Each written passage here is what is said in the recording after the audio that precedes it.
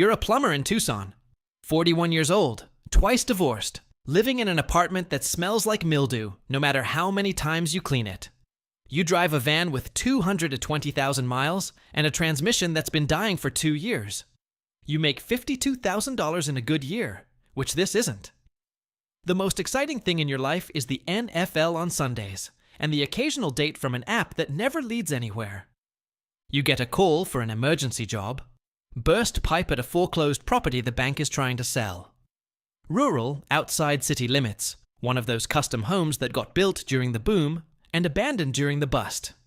You drive 40 minutes into the desert, find the house, let yourself in with the lockbox code the realtor gave you. The pipe is in the basement. You go down to fix it. The wall behind the water heater doesn't look right.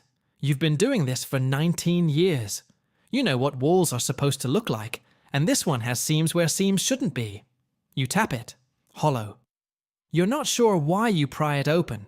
Curiosity, boredom, the strange pull of things that don't belong. Behind the drywall is a space. Inside the space are duffel bags. Inside the duffel bags is more money than you've ever seen in your life. You count it 3 times because the number can't be real. $2.4 million in $100 bills, wrapped in plastic, packed tight in neat bundles, waiting for someone who never came back for it. The house has been foreclosed for 18 months. Bank-owned, sitting empty, the kind of property that falls through the cracks of a system that can't keep track of its own failures. Whoever hid this money is gone. Dead, arrested, fled to a country that doesn't extradite, you don't know and don't care. You just know the money is here, and you're the only one who knows it's here, and your van is parked outside, and nobody is watching, and nobody will ever know. You take it. All of it. You load the duffel bags into your van, one at a time, checking the street between each trip. You replace the drywall as best you can. It won't fool a close inspection, but it doesn't need to fool anyone. The house is foreclosed. No one's coming. You fix the pipe you came to fix, send the invoice to the realtor who called you, and drive home with $2.4 million in the back of your vehicle, hidden under drop cloths and toolboxes. Your hands shake the entire 40-minute drive. You run 2 red lights without noticing. A cop passes you going the other direction, and your heart stops for 3 full seconds before restarting. You pull into your apartment complex and sit in the parking lot for an hour, engine off, trying to figure out what you've just done. The magnitude of it won't fit in your head. You're a plumber who lives in an apartment that smells like mildew. You make $52,000 in a good year, and you have $2.4 million in cash sitting in the back of your van. The smart thing would be to put it back, drive out tomorrow, return the bags, pretend you never saw them. Act like it was a dream, a hallucination, a story you'll tell at bars when you're old and drunk, and the statute of limitations has run out. The legal thing would be to call the police, report the find, let them sort out where it came from and who it belongs to. You'd probably get nothing. Found money goes to the state after a certain point, but you'd also get nothing worse than that. The sane thing would be to understand that $2.4 million doesn't get hidden in a foreclosed house by accident. That someone put it there for a reason. That someone is going to miss it. That the kind of people who have $2.4 million in cash are not the kind of people you want looking for you. You don't do the smart thing. You don't do the legal thing. You don't do the sane thing. You hide the duffel bags in your apartment, closet, under the bed, behind the water heater like you found them. And you go to work the next day like nothing happened. You fix toilets and unclog drains and think about money every second of every minute. The first week is paranoia. Every car that follows you too long, every stranger who looks at you twice, every knock on your door that isn't the usual delivery, they're all coming for you. You don't sleep. You don't eat. You lose 8 pounds waiting for the violence that doesn't come. Maybe they don't know. Maybe the person who hid the money is really gone, and nobody else knew about the stash. Maybe you actually got away with it. You start spending in week 2. Small amounts. A new TV. Clothes that aren't from Goodwill. A dinner at a restaurant with tablecloths. You pay cash for everything. You don't deposit anything in your bank account. You've seen enough crime movies to know that's how people get caught. The spending feels good. It feels like you've finally gotten something you deserve, after 41 years of getting nothing. A month passes. The paranoia fades. You start to believe you're safe. You put a down payment on a truck, used, nothing flashy, but reliable. You book a vacation to Cancun, your first real vacation in 6 years. You're not rich, but you're comfortable in a way you've never been. You've got a cushion. You've got options. You've got a future that doesn't look exactly like your past. Then you see the news. A body found in the desert outside Tucson. Male, unidentified, signs of torture. The reporter mentions it's the third such body this month. Police are investigating possible cartel activity in the area. The segment is 30 seconds long, sandwiched between weather and sports. You watch it with a beer in your hand and ice in your veins. You look up the foreclosed house. The property records are public. County assessor website, tax records, the paper trail that every property leaves behind. The previous owner was a man named Garrett Walsh, local businessman, real estate investor, member of the Chamber of Commerce. He owned 6 properties in the Tucson area, all purchased between 2015 and 2019. He died in a car accident 14 months ago. Single vehicle, rural road, no witnesses. Vehicle went off a cliff and burned. The obituary mentions he was a generous member of the community. Donations to local charities, youth sports leagues, church. The comment section tells a different story. Rumors that were never proven. Allegations that were never investigated. Someone who knew someone who said Walsh was connected to people from across the border. Money that came from nowhere. Properties that sold for cash. The kind of whispered accusations that circulate in small communities about people who have more than they should. Garrett Walsh hid $2.4 million in his basement, drove off a cliff 14 months later, and now bodies are appearing in the desert with signs of torture. You're starting to understand the shape of the story. The money wasn't lost. It was hidden. A stash, an emergency fund, insurance against the kind of people who don't forget debts. Walsh died before he could retrieve it. Someone else is looking for it now, and they're willing to torture and kill to find it. You think about running, just leaving, driving until the gas runs out, picking a city at random, starting over somewhere they can't find you. But running means abandoning your life, your job. The few people who would notice if you disappeared. Running means admitting you did something wrong, which you're not ready to do. You tell yourself you found the money fair and square. Finders keepers. You tell yourself possession is 9/10 of the law. You tell yourself a lot of things that won't stop a bullet or prevent the kind of torture that leaves bodies unidentifiable in the desert. The first sign they found you comes 6 weeks after you took the money. You come home to find your apartment door slightly open. Not broken, just open, like someone walked in with a key. Inside, everything looks normal. Nothing's missing. Nothing's disturbed. But you know someone was here. You can feel it the way you can feel a storm coming. You find the note on your pillow. Simple, handwritten. We know you have it. Return it and live. Keep it and don't. No signature. No phone number. No instructions for how to return it or where. Just a threat and a promise, written in handwriting that's almost elegant. You don't sleep in your apartment that night. You drive to a motel outside city limits and pay cash for a room and lie awake until dawn, listening for footsteps that don't come. You've got $2.4 million and nowhere to go and no one to help, and a note that says you're going to die if you don't give it back. The smart thing would be to leave the money somewhere and disappear. Find a park, a storage unit, somewhere you can drop the bags and walk away. But you don't know who left the note.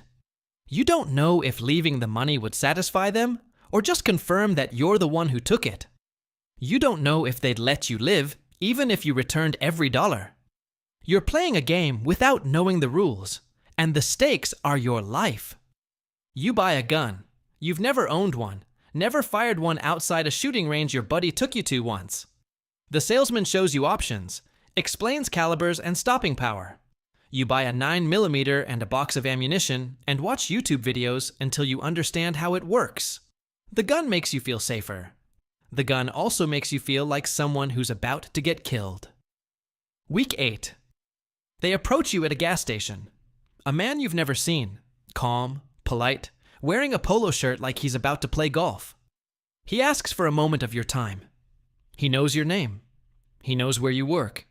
He knows you found something that doesn't belong to you. He's not threatening. He's reasonable. He explains that the money belongs to people who want it back. He explains that they understand you didn't know what you were finding. He explains that if you return it, this all goes away. No harm, no consequences, just a misunderstanding resolved. You ask what happens if you don't return it. He smiles. He doesn't answer. He gives you a phone number and tells you to call within 48 hours. Then he walks to a black SUV and drives away. And you're left standing next to your van with a gun in your glove box and $2.4 million in your apartment and 48 hours to decide if you want to live. You think about the money, not the amount, the reality of it, what it could buy, what it has already bought, a few weeks of feeling like you matter, a truck that doesn't break down, a vacation you haven't taken yet. Is that worth dying for? Is anything worth dying for when the alternative is just being poor again? But you also think about who these people are, what they do. The bodies in the desert, tortured before they died. If you give the money back, they know your face. They know where you live. They know you've seen something you shouldn't have seen. People like this don't leave witnesses. People like this don't forget. You call a lawyer, not a criminal lawyer. You don't know any criminal lawyers. Just a guy who did your second divorce. You ask hypothetically about finding money and what the legal obligations are. He says, hypothetically, you should report it. He says, hypothetically, keeping it could be theft or money laundering. He says, hypothetically, you should talk to a criminal attorney. You thank him and hang up without explaining that hypothetically isn't the word you need. Hour 36. You're sitting in your motel room with the gun on the nightstand and the TV on mute and a decision you can't make. The money is in a storage unit now. You moved it after the note, spreading it across 3 locations in case they find one. The logistics of returning it are complicated. The logistics of keeping it are fatal. You call the number. The same voice answers. Calm, reasonable, patient. You tell him you want to make a deal, not return the money. You're not stupid enough to think that ends safely. But something else. Information, maybe. Testimony against someone who matters more than you do. Something that makes you valuable enough to keep alive. There's a long pause. He says he'll call you back. He hangs up. The callback comes at 3 a.m. A different voice. Older, accented, someone with authority. He wants to know what you know, what you're offering, why he should trust you. You tell him about Garrett Walsh. You tell him about the foreclosed house. You tell him things you've pieced together from public records and news reports and the paranoid research of a man who can't sleep. You tell him more than you should, because telling him less means dying. He's quiet for a while. Then he makes an offer. Keep 100,000. Return the rest. Disappear from Arizona. Never speak of this again. If you agree, you live. If you don't, you don't. It's not a good deal. You're giving up $2.3 million for your life. But your life is the only thing you have that the money can't replace. You agree. The exchange happens at dawn in a parking lot behind a closed grocery store. You're alone. They send 3 men. You hand over the duffel bags, 2 of the 3 storage unit locations. Everything except the 100,000 they've agreed to let you keep. They count it. They check it. They nod. One of them takes your phone. They'll be watching, he says. For a while. To make sure you keep your word. If you talk to police, to press, to anyone, they'll know. And they'll come back. They leave. You stand in the parking lot with $100,000 in cash and a used truck and a life you didn't expect to still have. The sun is coming up. The air smells like dust and gasoline. You're alive. That's more than you had any right to expect. You leave Arizona that day. You don't tell anyone. Not your boss, not your landlord, not the few friends who would notice you're gone. You drive north until you hit a state that feels far enough. A city where nobody knows you. A place where you can start the process of becoming someone else. The money lasts 2 years. You're careful with it, but not careful enough. It goes to rent and food and the slow process of rebuilding a life. You get a job at a plumbing company that doesn't check references too carefully. You rent an apartment that's nicer than the one in Tucson, but not by much. You're not rich. You're just alive, which is more than Garrett Walsh can say. You think about them sometimes? The men in the parking lot. The voice on the phone.